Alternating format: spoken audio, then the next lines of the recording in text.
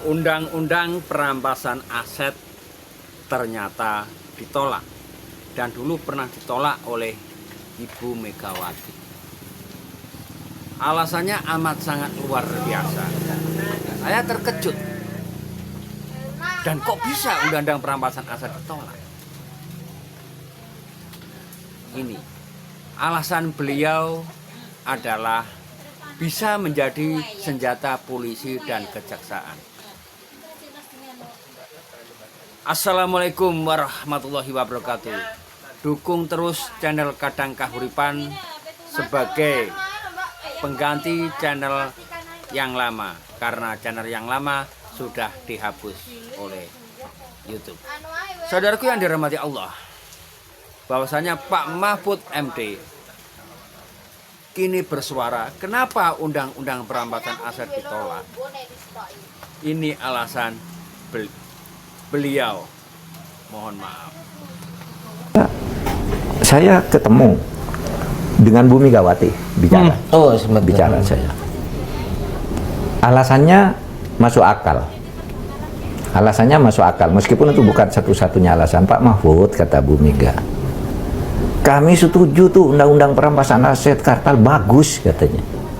Tapi kalau sekarang itu diberlakukan, itu akan terjadi korupsi lebih besar, karena polisi dan jaksa itu bisa menggunakan undang-undang itu untuk memeras orang agar asetnya tidak disita, diberi surat bersih tapi bayar sekian. Dan itu betul memang bisa terjadi. Indonesia ini memang ya. Betul bisa terjadi. Oke. Wong saya dulu tahun 2000 itu mengusulkan rancangan undang-undang pembuktian terbalik. Saya kan pernah jadi Menkumham sebentar, sebulan. Pembuktian terbalik, gimana caranya? Kalau Vito menjadi menteri 5 tahun, gajinya dihitung tuh berapa? Kira-kira 5 tahun itu 7 miliar. Kalau ternyata dia punya kekayaan 10 miliar, langsung aja kamu korupsi 4 miliar. Buktikan kalau kamu tidak. Oke.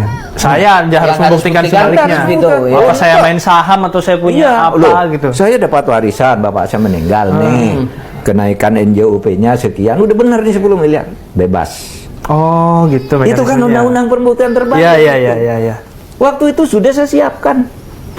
Tapi di pemerintah sudah saya macet. Kenapa, saya tanya ke Pak Oka Mahendra hadir, Pak, itu kan undang-undang bagus, kenapa Pak? Ini nanti kalau berlaku digunakan oleh jaksa dan polisi untuk meras-meras ini. Orang punya harta banyak lalu harus dapat surat bersih dari kejaksaan bahwa ini profilnya udah cocok, ini habis Pak. Kita belum siap gitu. Nah, saya sendiri alasan itu masuk akal kan? Alasan Bu Megawati masuk akal. Tapi tentu kalau kita mau sungguh-sungguh itu perlu dimulai. Ya dong polisinya ditata secara benar nih, organisasinya polisi lalu pengorganisasinya bagaimana, saling pengawasannya gimana, kan bisa dengan undang-undang perampasan aset itu. Saya karena katanya partai yang tidak setuju, saya bicara dengan Bu Mega, bagus Pak Mahfud itu, setuju saya, tapi polisinya dulu gitu. Bu Mega kan sangat Ini jadi kayak telur sama ayam Pak Mahfud ya, apakah kita bikin makanya harus ini mana dulu yang harus benerin nih? Iya, fakta gitu. Jadi mungkin kita harus paham juga ya perspektif orang, bahwa apa yang kita anggap baik mungkin orang lain menganggap enggak, itu ada celahnya begitu gitu. Nah, ini namanya demokrasi.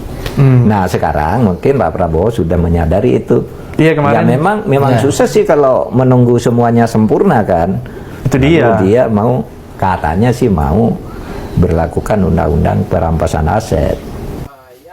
Alasan itu tadi bisa diterima atau tidak.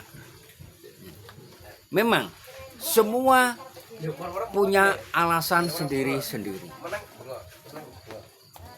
Kenapa undang-undang perampasan aset ditolak? Alasannya seperti itu. Dan bahayanya apa? Saudara kan dari mata Allah. Kalau menurut saya nggak usah ditolak ya. Kalau menurut saya undang-undang perampasan aset itu memang harus segera didok, karena banyaknya anggota-anggota DPR yang luar biasa pemerintahan kita banyak yang korup, maka wajiblah segera direalisasi undang-undang perampasan aset. Karena apa? Pemerintah ini sudah jenggah. Pemerintah, mohon maaf ya, rakyat ini sudah jenggah mendengar berita-berita yang berseliweran. Nah, rakyat dijadikan tumbal. Nah, dulu mereka kan mengatasnamakan rakyat. Dari rakyat, oleh rakyat, untuk rakyat. Ternyata luar biasa. Harus segera didok ya. Walaupun seperti apa, itu nanti bisa dipikir. Karena apa? Supaya orang korupsi di Indonesia ini jera. Kebanyakan orang korupsi itu bukan orang dari asli Indonesia, asli Nusantara, bukan. Mereka keturunan-keturunan.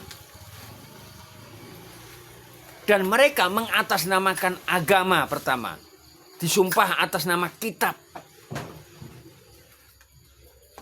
Tetapi mereka tidak takut karena uang memang sangat menggiurkan.